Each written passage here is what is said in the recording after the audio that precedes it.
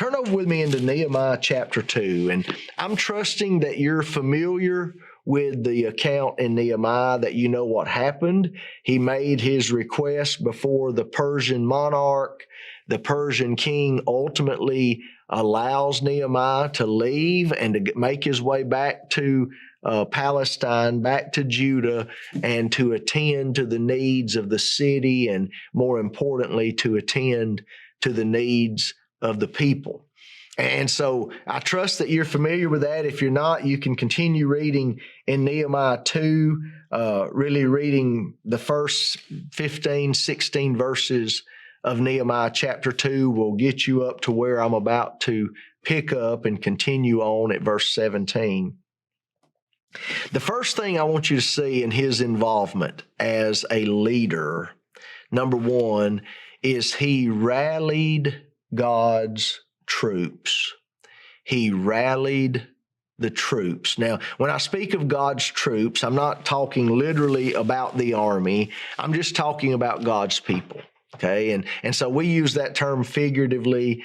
We talk about the church, and we might talk about problems in the church or needs of the church, and we may talk about God's troops. You know, there's unrest among the troops, or there's this need among the troops, or whatever. So you understand my figure.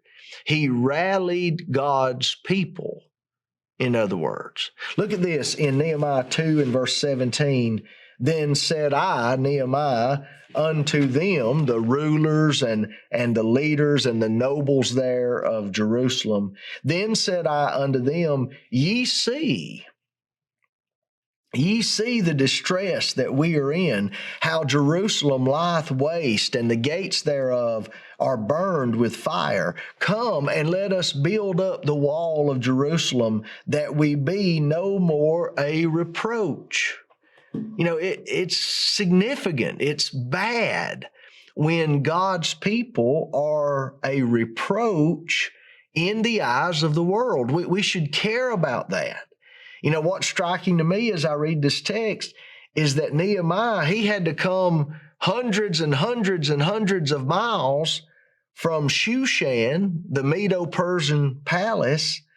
Nehemiah had to come this long journey into a situation where these men were already there. They were already living there. And he tells them, you see this. I mean, this is obvious to you. You know that the walls are broken down. You know that the gates are burned with fire. You know that we are a reproach before the enemies of God. And yet nobody's seemingly done anything.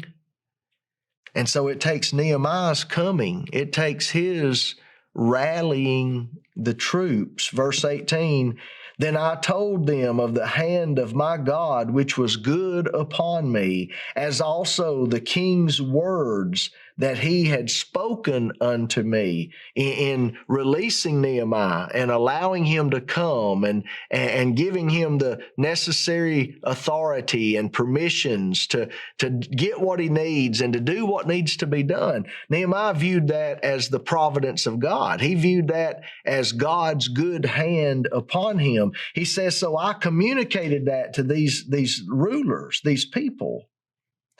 And they said, midway through verse 18, they said, let us rise up and build. So they strengthened their hands for this good work. So much could be said there about leadership, but let me concisely state this. A true leader is able to get others to follow. A true leader is able to get others to follow. Nehemiah rallied God's troops. There was a lot of work to be done.